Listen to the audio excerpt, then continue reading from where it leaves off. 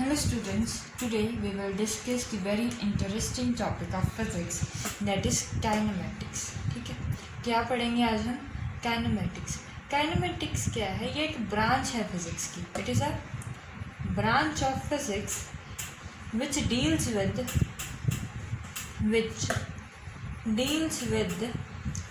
moving bodies. ठीक है, moving body हो जाए या ऑब्जेक्ट हो जाए, और इस बात की टेंशन नहीं लेनी कि उस पर कौन सी फोर्स लग रही है और वो मूव कर रही है. ठीक है, moving body without concern of forces acting on it. Kinematics क्या है कि ये एक फिजिक्स की ब्रांच है जो किस में डील करती है, वो क्या समझाती है, हमें क्या पता चलता है उसको पढ़ने के बाद. मूविंग बॉडी के बारे में हम पढ़ते हैं कि मूविंग बॉडी जो है वो किस तरह का बिहेवियर शो कर रही है, वो कैसे हो रही है, कैसे मूवमेंट हो रही है, क्या होगा, वो सब कुछ हम किस में पढ़ेंगे? फिजिक्स काइनेमेटिक्स में. लेकिन एक चीज़ हमने इस चैप्टर में नहीं पढ़नी, that is concern of forces acting on it, कि वो कौन सी फोर्स की वजह से मूव कर रही है, कैसे मूव कर रही है, क्या हो रहा है, क्या नहीं हो रहा उस बॉडी के अंदर या उस बॉडी के बीच में. फोर्सेस हमने डिस्कस नहीं करनी, सिर्फ मोशन डिस्कस करना है इसमें. ठीक है, मोशन डिस्कस करना है काइनेमेटिक्स में. जो ये फोर्सेस हैं ये हम नेक्स्ट चैप्टर में पढ़ेंगे. अब मोशन किस में पढ़ना है? मोशन, अगर मान लो कि मैं एक जगह से दूसरी जगह जा रही हूँ, ए पॉइंट से बी जगह जा रही हूँ, तो मैं क्या कर रही हूँ? मूवमेंट कर रही हूँ, मैं मोशन कर रही हूँ. ठीक है, अगर मैं सो रही हूँ, मान लीजिए कि एनी पर्सन इज स्लीपिंग, उसके अंदर एयर जा रही है लंग्स के थ्रू और ऑक्सीजनेट हो रही है, और जो डीऑक्सीजनेटेड एयर है वो बाहर आ रही है, तब भी मूवमेंट हो रही है. हर समय, हर वक्त, हर टाइम टू टाइम, हर एक सेकेंड में कोई ना कोई चीज़ मूव कर रही है. ठीक है, अगर उसे क्या कहते हैं? मोशन क्या है? मूवमेंट है, simple. Movement of a body with respect to time, कि टाइम के साथ साथ वो बॉडी मूव कर जाए. ये ना हो कि टाइम इंक्रीज ही ना हो और वो बॉडी वहीं के वहीं पड़ी रहे. टाइम के साथ अगर बॉडी की हम मूवमेंट जज करें कि टाइम के साथ साथ वो बॉडी मूव कर रही है, तो उसे कहते हैं मोशन. इस चैप्टर में, हमारी इस क्लास में, काइनेमेटिक्स में, हम क्या पढ़ेंगे? Motion in one dimension, motion in two dimension and motion in three dimension. ठीक है, one dimension mean straight line motion. कि वन डायमेंशन क्या है? एक्स एक्सिस या वाई एक्सिस अकेली, सिर्फ एक ही एक्सिस. वो कौन सा देगा हमें? स्ट्रेट लाइन होगी वो, स्ट्रेट लाइन में. ठीक है, 2D मोशन कैसा होगा? 2 डायमेंशनल मोशन कैसा होगा? सर्कुलर. और जो थर्ड चीज़ है ना, 3D मोशन, ये किसकी एग्जाम्पल? इसकी एग्जाम्पल क्या होगी? Gas particles. जो गैस के पार्टिकल्स होते हैं ना, वो हमेशा 3D मोशन में रहते हैं. जाके काइट ले लो आप, काइट जो आसमान में उड़ रही है, वो कौन सी एग्जाम्पल है? 3D की, क्योंकि वो एक्स में आगे भी जा रही है, ऊपर भी हो रही है, हिल भी रही है. ठीक है, वो एक्स में, वाई में और जेड में, तीनों डायरेक्शन में मूव कर रही है. ये जो काइट होगी, अ फ्लाइंग काइट. ठीक है, अब मोशन इन 1D है ना, जो मोशन इन 1D, उसका हमने नाम दिया है रेक्टिलिनियर मोशन या motion in a straight line. ठीक है, अब 2D जो मोशन है वो कौन सा था? सर्कुलर. इसको देख लो कि ये सर्कुलर मोशन कैसा होगा. अब ये 2D मोशन है, एक्स में भी होगा, वाई में भी होगा. ये मान लो कि ये वाला पॉइंट है, ये पॉइंट जो है वो सर्कुलर मोशन में मूव कर रहा है, यहाँ से ऐसे. ठीक है, अब ये पॉइंट जो है, इस पॉइंट पर फोकस करो. ये पॉइंट टाइम के साथ साथ आगे भी जा रहा है और ऊपर भी जा रहा है. यही पॉइंट है ना, ये टाइम के साथ साथ आगे भी जा रहा है और ऊपर भी जा रहा है. इसका मतलब कि ये एक्स में भी आ रहा है और वाई में भी आ रहा है, ये 2 डायमेंशंस में आ रहा है. तो ये क्या होगा? Motion in 2 dimension. ठीक है, ये 2 डायमेंशन मोशन की एग्जाम्पल है. अब मोशन इन 1D को डिटेल में डिस्कस करते हैं. ठीक है, मोशन इन 1D क्या है कि एक ही डायरेक्शन में वो मूव करेगा, तो हमने इसका नाम रख दिया कि वो स्ट्रेट लाइन में मूव करेगा. स्ट्रेट लाइन में मूव करने की वजह से इसका नाम एक रख दिया हमने लीनियर जो हम नॉर्मली हम कह देंगे इसको लीनियर, लेकिन फिजिक्स की टर्म में इसको कहते हैं रेक्टिलिनियर मोशन। ठीक है, अब इस मोशन को हम डिटेल में डिस्कस करते हैं, रेक्टिलिनियर मोशन को। मान लो कि कोई ए पार्टिकल है, यहाँ पर ए कोई बॉडी है, वो बी पर गई। ठीक है, बी पॉइंट तक उसने जाना है। मान लो कि मुझे ही अमृतसर से जलंधर तक जाना है, तो ये जो अमृतसर है वो मेरा ए पॉइंट बन जाएगा और जो जलंधर है वो मेरा बी पॉइंट बन जाएगा। ठीक है, ये मेरा क्या है कि ये जो जितना मैंने डिस्टेंस ट्रेवल किया है, जितनी मैंने पाथ फॉलो की है ए से बी तक जाने के लिए, जितना भी मैंने, ये देखो ना, ए है जलंधर, अमृतसर, बी पॉइंट है जलंधर, दोनों में डिस्टेंस है, कोई आपसी दूरी है। जो दूरी होती है ना आपसी, जितनी पाथ होती है उसको हम कहते हैं डिस्टेंस। ठीक है, this is known as distance. कोई जितना पाथ ट्रेवल करती है कोई बॉडी एक जगह से दूसरी जगह जाने के लिए, that is known as distance. कुछ टर्म्स हैं जो हमें पहले पढ़नी है, तो उनमें से पहली टर्म है डिस्टेंस। डिस्टेंस क्या है? द path traveled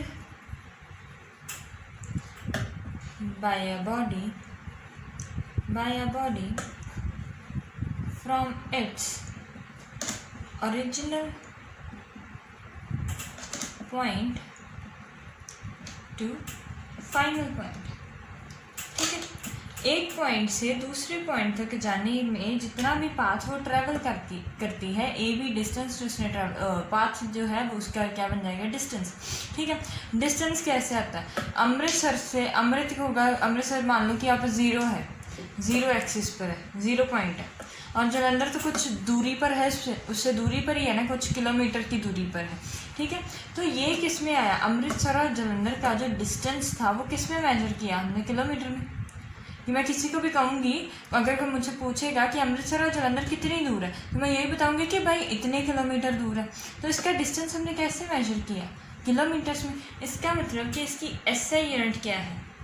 ये लेंथ की टर्म है ना, किलोमीटर क्या होता है? लेंथ की टर्म होती है ना, तो इसकी SI unit of length is metre.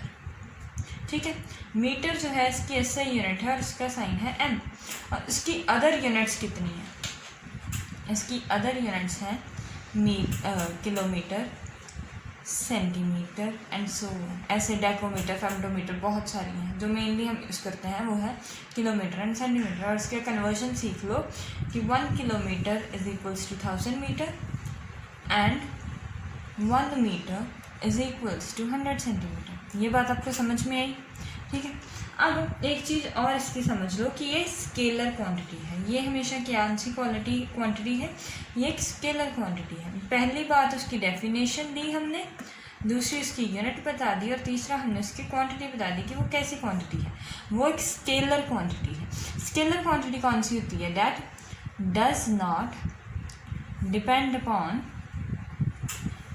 Upon direction. वो डायरेक्शन पर डिपेंड नहीं करती। ए से बी जाओ या ए से बी अगर जाओगे तब भी डिस्टेंस उतना ही आएगा। अगर जलंधर से अमृतसर आओगे, बी से ए तक आओगे, तब भी डिस्टेंस उतना ही कहलाएगा। डिस्टेंस क्या होता है? सिर्फ पाथ ट्रेवल किया है, जितना एक बॉडी ने पाथ ट्रेवल किया है ए पॉइंट से दूसरी पॉइंट तक। अब हमने डिस्टेंस तो पढ़ लिया, लेकिन उसका बाई जो है वो तो रह गया पीछे। वो क्या है? डिस्प्लेसमेंट है। डिस्प्लेसमेंट क्या होती है कि अभी हम गए थे ए से बी तक, ये पॉइंट से इस पॉइंट तक गए थे हम, और हमने देखा कि ये क्या है? डिस्टेंस था, ये डिस्टेंस था। लेकिन अगर मान लो कि मैं पहले ए से बी तक गई, फिर से बी से ए तक वापस आ गई, ये मेरी इनिशियल पोजीशन थी, ये मेरी इनिशियल है, ये मेरी फाइनल है। ठीक है, अब मैं पहले इनिशियल से फाइनल गई, फिर से फाइनल से इनिशियल आ गई, तो डिस्टेंस क्या हो गया? ये भी पहले ए बी था, अब ये भी। ठीक है, लेकिन मेरी ओवरऑल मूवमेंट क्या हुई है? मैं पहले भी ए से बी तक गई, फिर से बी से ए पर आ गई, तो रही काम है फिजिक्स की टर्म में, तो मैं ए पर ही हूँ ना, तो क्या मैं मूव की? नहीं मूव की। ठीक है, यही कॉन्सेप्ट कौन बताता है? ये कॉन्सेप्ट बताता है हमें डिस्प्लेसमेंट, कि फिजिक्स की टर्म में हमने ट्रैवल किया या नहीं किया, वो क्या है? डिस्प्लेसमेंट है। मान लो कि डिस्प्लेसमेंट होती क्या है, the minimum distance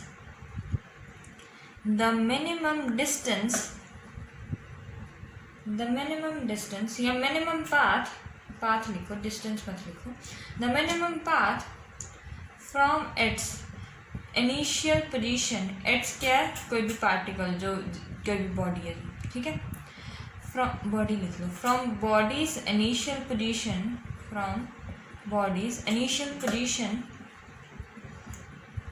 to its final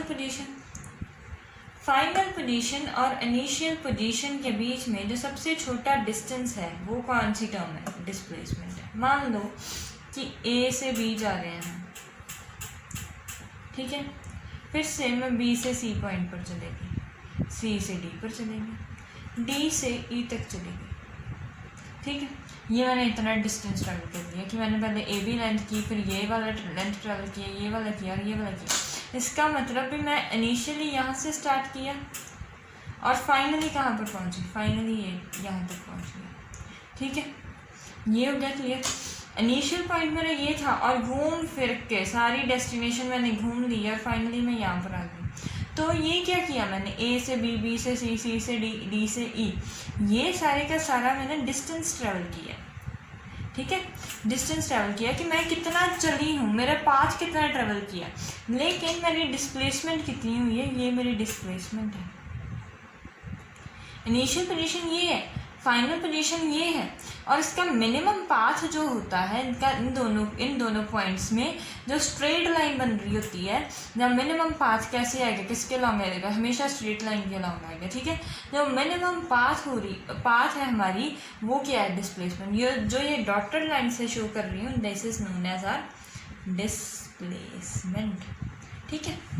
जो मिनिमम पाथ है दोनों बॉडीज़ के बीच में, जैसे ये मैं ऐसे घूम फिर कर यहाँ पर गई बी पॉइंट पर, ऐसे घूम फिर कर, लेकिन मैं सीधी भी तो जा ही सकती थी भाई, मैं घूम फिर कर गई तो ये डिस्टेंस हो गया, और जो शॉर्टेस्ट पाथ आया वो क्या हो गया, डिस्प्लेसमेंट है, ठीक है। इतनी बात आपको समझ में आई। डिस्प्लेसमेंट और डिस्टेंस दोनों भाई हैं, लेकिन तो इसी की वजह से इसकी ऐसे यूनिट क्या हो जाएगी, मीटर ही हो जाएगी, ऐसे यूनिट इसकी भी मीटर, और अदर यूनिट क्या होंगी, किलोमीटर या सेंटीमीटर, ठीक है। लेकिन ये भाई तो है, लेकिन हम शक्ल थोड़ी है, ये दोनों सेम ही होंगे, एक चीज़ डिफरेंट भी तो आएगी। वो स्केलर था, ये वेक्टर होगा, this is a vector quantity. Vector क्या है, इसका मतलब कि ये डिपेंड करती है डायरेक्शन में, डिपेंड अपॉन डायरेक्शन, ये डायरेक्शन पर डिपेंड करती है कि मैं ए से बी तक जाऊंगी तो इसकी डायरेक्शन ये आएगी, अगर बी से ए तक आऊँगी तो इसकी डायरेक्शन चेंज हो जाएगी। अगर इसको हम समझेंगे अच्छे तरीके से, तो ये मान लो कि ये एक्स एक्सिस है, ये वाई एक्सिस है। पहले मैं यहाँ से ए पॉइंट से बी पॉइंट तक जा रही थी, ठीक है, मतलब कि मैं एक्स एक्सिस में आगे जा रही थी, मतलब कि मैं पॉजिटिव डायरेक्शन में जा रही थी, ठीक है।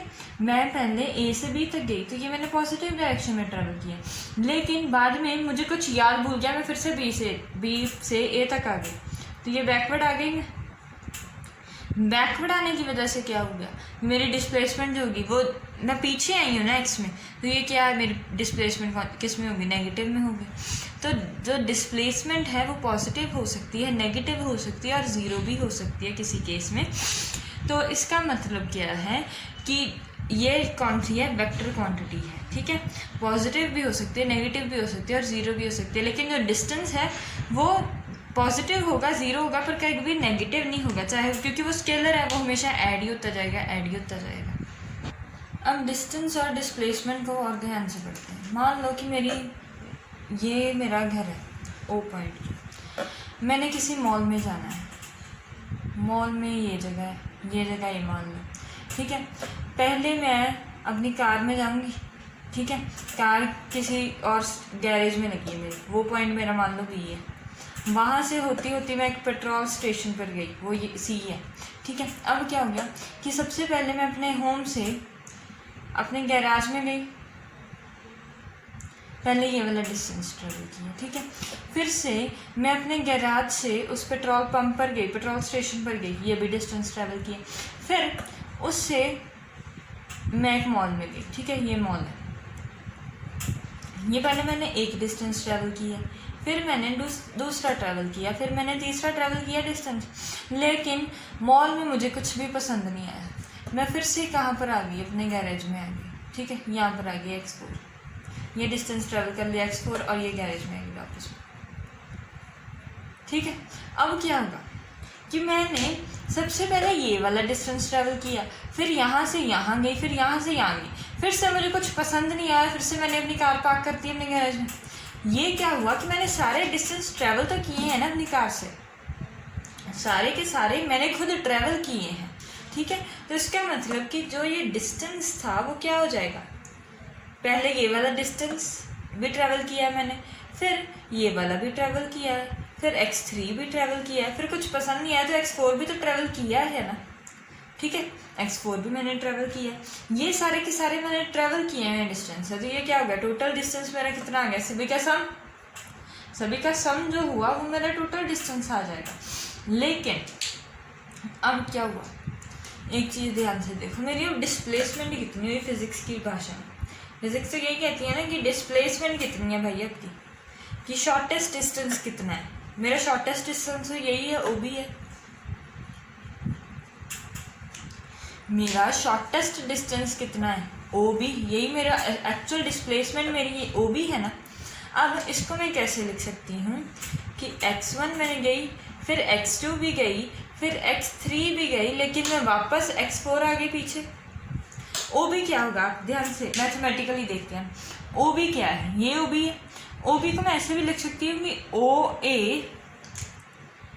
OA में से अगर मैं BC माइनस कर दूँ, OA में से अगर मैं BA माइनस कर दूँ तो मेरे पास सिर्फ OB लेंथ रह जाएगी, ठीक है। ऐसे आप मान लोगे, अगर मैं OA में से BA को माइनस कर दूँ तो मेरे पास OB आ जाएगा। OA कितना है, X1 plus X2 plus X3, OA की ये लेंथ है और BA की लेंथ कितनी है, minus X4। X1 plus X2 plus X3 minus X4, और ये दो क्वान्टिटीज आपस में इक्वल हैं, वो तो हमें दिख रहा है फिगर में, अगर नहीं पता होता तो ना होती। अगर ठीक है ये इक्वल है तो ये अकेली क्या रह जाएगी, X1। ये कहाँ से क्लियर है, हमें फिगर से क्लियर है। अब क्या है कि मेरी डिस्प्लेसमेंट सिर्फ यही रह गई। मेरी डिस्प्लेसमेंट क्या हो गई, नेगेटिव भी तो हुई है ना। डिस्प्लेसमेंट यहाँ पर क्या है, ये वाली बात ध्यान में रखने वाली है कि ये नेगेटिव आई है ना वैल्यू, माइनस का साइन मतलब कि नेगेटिव वैल्यू। नेगेटिव वैल्यू इसका मतलब कि डिस्प्लेसमेंट क्या है, यहाँ पर शो हो रही है मुझे नेगेटिव। डिस्प्लेसमेंट कैसी शो हो रही है, मुझे नेगेटिव शो हो रही है ना। इसका मतलब कि डिस्प्लेसमेंट नेगेटिव हो सकती है। अब ये हुआ कैसे है, ये ऐसे हुआ, इसको साइंटिफिकली फिजिक्स में टर्म्स में हम डिस्कस करते हैं कि ये मैं एक्स डायरेक्शन में जा रही थी, ये मेरी वाई डायरेक्शन है।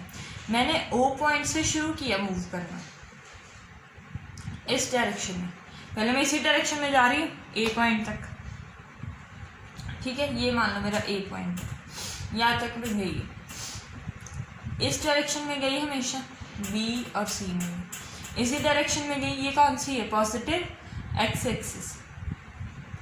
उसके बाद क्या हुआ कि मैं वापस इधर वाली साइड पर आई, बैकवर्ड आई, आगे जा रही थी तो मेरी वैल्यू सारी कैसे आई, पॉजिटिव पॉजिटिव। लेकिन जब मैं पीछे आई, पीछे कितना आई हूँ X4, तो वो वैल्यू क्या हो गई थी, नेगेटिव। इसका मतलब कि जब अब हम आगे जा रहे हैं, हमने जो डायरेक्शन अज्यूम की है उसमें हम अगर आगे जाएंगे तो वो पॉजिटिव आएगी, लेकिन उसी डायरेक्शन में अगर हम ये पीछे आएंगे तो ये नेगेटिव हो जाएगा। ये कॉन्सेप्ट है आपके वेक्टर चैप्टर का, वेक्टर्स का कॉन्सेप्ट है ये। लेकिन मैं फिर से यहाँ पर एक्सप्लेन कर रही हूँ कि जिस डायरेक्शन में हम पॉजिटिव मान लेंगे, अगर उसी डायरेक्शन में हम आगे जाएंगे तो वो कौन सी हो जाएगी, पॉजिटिव। अगर उससे अपोजिट आएंगे तो वो नेगेटिव हो जाएगी, जो डिस्प्लेसमेंट के केस में हुआ। लेकिन डिस्टेंस जो आएगा वो हमेशा सम आएगा, टोटल होगा। जो डिस्प्लेसमेंट आएगी वो शॉर्टेस्ट डिस्टेंस होगा, ठीक है। इतनी बात आपको समझ में आई। अब डिस्टेंस और डिस्प्लेसमेंट को और ध्यान से समझते हैं। एक और एग्जांपल लेकर, ये मान लो कि कोई सर्कुलर बॉडी है, ठीक है। ये मेरे पास कोई सर्कुलर प्लेट थी मान लो, और यहाँ पर एक आंट है, आंट क्या आती है, चींटी। वो क्या कर रही है, इसके सर्कमफ्रेंस पर मूव कर रही है। वो यहाँ से शुरू हुई और वापस से यहीं पर आ गई। ए पॉइंट से शुरू हुई है और वापस से ए पॉइंट पर ही आ गई एग्जैक्टली। अब क्या हुआ कि वो यहाँ इसकी रेडियस जो है प्लेट की, वो मान लो सर्कुलर प्लेट है और इसकी रेडियस आर है, ठीक है। इसकी सर्कमफ्रेंस वो चक्कर लगा रही है इसके बार बार। अब क्या होगा, इसका डिस्टेंस वो कितना ट्रैवल किया है इसमें एक बार में, यहाँ से गई गई गई गई गई गई वापस यहीं पर आ गई, ठीक है। ये पॉइंट मूव किया यहाँ से लेकर यहाँ तक, तो ये क्या थी, उसकी डिस्टेंस क्या आ गया, उसका सर्कमफ्रेंस, ठीक है। Circumference of circle is 2πr। अब अगर उसकी बात करें, ये मैं डिस्प्लेसमेंट कितनी की है उसने, अब मान लो कि यहाँ से वो शुरू हुई है और वापस से इसी पॉइंट पर आ गई है, तो उसकी कोई डिस्प्लेसमेंट हुई है नहीं, उसकी डिस्प्लेसमेंट कितनी है, 0, ठीक है। अगर इसी को थोड़ा और कम कर लें हम, अगर पॉइंट्स पर डिस्कस करें कि वो इस पॉइंट पर कितनी आएगी। अगर वही चीटी दी हमने, वही प्लेट ली है, लेकिन वो अपने घर पर चली गई, मान लो उसका घर यहाँ पर था, प्लेट के यहाँ पर, यहाँ पर रहने दो, यहाँ पर मान लेते हैं, ये आसान होगा थोड़ा सा, ठीक है। अब उसने यहाँ से शुरू किया और प्लेट के इस साइड पर उसका घर थी, वो यहाँ तक उसने डिस्टेंस ट्रैवल किया, इसकी भी रेडियस फिर से कितनी है, आर मान लो, ठीक है। ये थर्ड एग्जाम्पल। अब उसने डिस्टेंस कितना ट्रैवल किया, सिर्फ इतना, ये उसने डिस्टेंस ट्रैवल कर लिया। अब डिस्टेंस उसने कितना ट्रैवल किया, टोटल सर्कमफ्रेंस का आधा, सर्कमफ्रेंस बाय 2, सर्कमफ्रेंस कितनी होती है, 2πr/2, इसका मतलब डिस्टेंस उसने ट्रैवल किया है πr। अब हम बात करते हैं उसकी डिस्प्लेसमेंट की। डिस्प्लेसमेंट कितनी की है उसने, डिस्प्लेसमेंट है शॉर्टेस्ट डिस्टेंस, वो ये इसके अलाउंग है, ये सेमी सर्कल में है, वो पूरा सर्कल में था, ये अब सेमी सर्कल में है, ठीक है। अब ये पॉइंट है, डिस्प्लेसमेंट क्या है, ये डॉटेड लाइन से शो किया था मैंने, ये भी यार और ये भी यार, डिस्प्लेसमेंट कितनी है, 2r। अगर आपको क्वेश्चन में वो पूछ ले कि ratio between displacement and distance, displacement and distance, तो वो क्या आएगी, 2r/πr, 2/π, ठीक है। ये कुछ और एग्जांपल दी थी जिससे डिस्टेंस और डिस्प्लेसमेंट का कॉन्सेप्ट और क्लियर हो जाए। अब दो भाइयों की बात तो हमने कर ली, अब दो बहनों की बात कर लेते हैं। उसमें से एक बहन स्पीड है और दूसरी वेलोसिटी है। अब हम इसमें काइनेमेटिक्स में क्या क्या पढ़ेंगे, एक स्पीड पढ़ेंगे, एक एवरेज स्पीड पढ़ेंगे और उसी के साथ साथ एवरेज वेलोसिटी भी पढ़ेंगे, ठीक है। उसी की तो बहन है।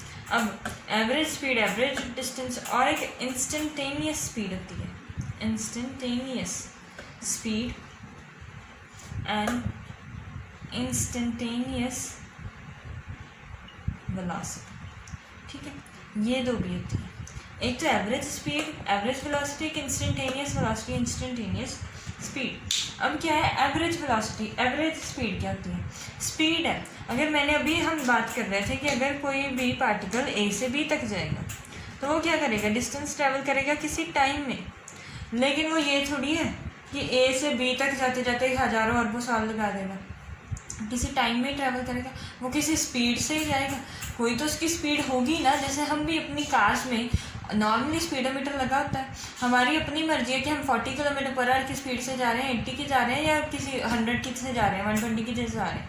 ये हमारी स्पीडोमीटर क्या बताता है, हमें स्पीड बताता है कि हम कितनी स्पीड से वो कितना ट्रैवल कर रहे हैं, कितनी स्पीड से हम कितने टाइम में कितना ज़्यादा ट्रैवल कर रहे हैं, वो क्या होती है, स्पीड होती है।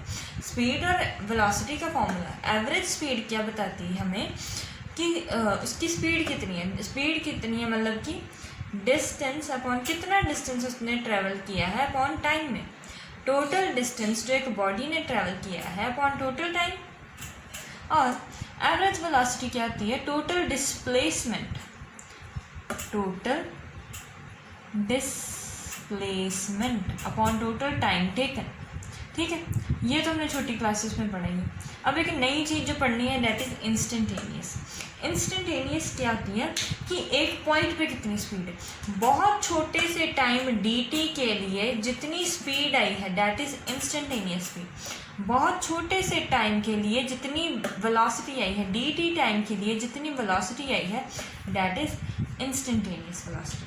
ठीक है, एवरेज स्पीड और वेलोसिटी का फॉर्मूला जो है वो यही रहेगा, distance upon time taken, formula यही रहेगा। लेकिन आगे आगे हम अब जैसे जैसे बड़े होंगे टर्म्स ऐड होती जाएंगी हमारे पास। ठीक है, एक average speed, total distance upon total time, average velocity, total displacement upon total time. Instantaneous speed किसके लिए होती है? बहुत ज़्यादा छोटे टाइम के लिए होती है, dt के लिए। ये डेल्टा t के लिए होती है और ये dt के लिए होती है। ये डेल्टा टी थोड़ी बड़ी वैल्यू होती है टाइम की, जो वेरिएबल है, जैसे 2 सेकेंड, 3 सेकेंड, 4 सेकेंड, 50 सेकेंड। और जो डेल्टा टी और जो डी टी है वो बहुत छोटी वैल्यू होती है। ठीक है, अब आगे डिस्कस करते हैं हम इसको। अब स्पीड और वेलोसिटी को और अच्छी तरीके से समझ लेते हैं। स्पीड क्या है? Total distance. स्पीड क्या है? Distance upon time, distance upon time. और ये क्या है? Displacement upon time. ठीक है, अब एवरेज स्पीड और एवरेज वेलोसिटी का फॉर्मूला लिखते हैं। एवरेज स्पीड क्या है कि कितने टाइम के लिए, कि इतने टाइम में कितनी एवरेज स्पीड आई उसकी, कितनी एवरेज वेलोसिटी आई है उसकी। ठीक है, एवरेज क्या है कि ओवरऑल कैसी रही उसकी स्पीड। ठीक है, ओवरऑल कैसी परफॉर्मेंस रही है। अगर मैंने क्लास है, एक क्लास मैंने कोई भी क्लास है, मान लो कि एक बच्चा है वो 8th से 9th में जा रहा है, तो उसके first term, second term, finals के मार्क्स ऐड होंगे, उसकी ओवरऑल रिजल्ट आएगा, वो क्या होगा? उसका एवरेज रिजल्ट होगा। तो इसी तरह से एवरेज स्पीड होती है। एवरेज स्पीड क्या है? Total distance upon total time taken, कि कितना टाइम लगेगा उसको वो सारा डिस्टेंस ट्रेवल करने में। एवरेज वेलोसिटी क्या है? Total displacement upon total time. ठीक है, यहाँ पर हम डिस्टेंस लेंगे, यहाँ पर डिस्प्लेसमेंट लेंगे। अब इतनी बात समझ में आई। एक बात और है आगे कि जो स्पीड है वो s और s दोनों स्केलर है, इसको ऐसे याद रखना है। स्पीड भी s है और स्केलर भी s है। स्पीड एक स्केलर क्वांटिटी है और जो वेलोसिटी है v एंड v वो एक वेक्टर क्वांटिटी है। ठीक है, स्पीड को हम डिनोट करते हैं s से, स्मॉल v s, इसको कौन डिनोट करता है? स्पीड। और वेलोसिटी को हम डिनोट करते हैं v ऊपर वेक्टर का साइन, क्योंकि ये वेक्टर क्वांटिटी है। ठीक है, आगे इसकी SI यूनिट कितनी है? इसकी SI यूनिट है, डिस्टेंस किस में होता है? मीटर में, और टाइम किस में होता है? सेकेंड में। ठीक है, मीटर पर सेकेंड। इसकी भी है मीटर पर सेकेंड SI यूनिट। इतनी बात आपको समझ में आई? आपके लिए बोर्ड्स में आ सकता है क्वेश्चन की give the differences between speed and velocity. अब हम इसको और क्लियर करने के लिए कुछ क्वेश्चंस डिस्कस करते हैं इस पर। अब हम एक क्वेश्चन डिस्कस करते हैं स्पीड और वेलोसिटी पर। उसने क्या किया है? अब उसने क्वेश्चन दिया है कि a boy walks in east 5 metre and then walks in west 2 metre. ठीक है, इस टाइम इसके लिए उसने 3 सेकेंड लिए और इसके लिए उसने 2 सेकेंड लिए, और हमने फाइंड करनी है उसकी स्पीड, एवरेज स्पीड और उसकी एवरेज वेलोसिटी। ये दोनों चीज़ें हमने उसकी फाइंड करनी है, ए और बी पार्ट ये। ठीक है, अब हम डिस्कस करते हैं कि एवरेज स्पीड और एवरेज वेलोसिटी। सबसे पहले एवरेज स्पीड। एवरेज स्पीड के लिए क्या आएगा? Total distance upon total time upon total time. अब आगे एवरेज वेलोसिटी के लिए क्या आएगा? Total displacement upon total time. ठीक है, इतनी बात समझ में आई आपको? अब आगे एक यहाँ से वो 3 ईस्ट में गया है 5 किलोमीटर, पहले 5 किलोमीटर ईस्ट में गया, उसके बाद वहाँ से ईस्ट डायरेक्शन ये है, वेस्ट में आ गया 3 मीटर फिर से। ठीक है, अब वो ए से पहले बी पर गया, फिर से बी से ये पॉइंट मान लो सी है, यहाँ तक आया, तो उसका डिस्टेंस कितना हो गया? 5 + 3, क्योंकि टोटल डिस्टेंस हमेशा प्लस ही होगा ना, डिस्टेंस हमेशा ऐड होता है। 5 + 3 और टोटल टाइम उसने कितना लिया? पहले 3 सेकेंड लिए, बाद में 2 सेकेंड लिए। टोटल टाइम इज 3 + 2 आ गया 8/5 मीटर पर सेकेंड। ठीक है, अब आगे क्या है कि डिस्प्लेसमेंट फाइंड करनी है। डिस्प्लेसमेंट उसकी कितनी है, द मिनिमम डिस्टेंस, तो टोटल 5 है, ये 3 है, तो ये 2 होगा, 2 मीटर्स होंगे। अब 2 मीटर्स तो डिस्प्लेसमेंट यही है ना, 5 - 3 = 2। और टोटल टाइम कितना है, टाइम तो पूरा ही लगा, इसको 3 + 2 आ गया 2/5 मीटर/सेकेंड। I hope you understand the concept of average speed and average velocity. In our next video, we will discuss instantaneous speed and instantaneous velocity. Till then, goodbye. Enjoy your studies.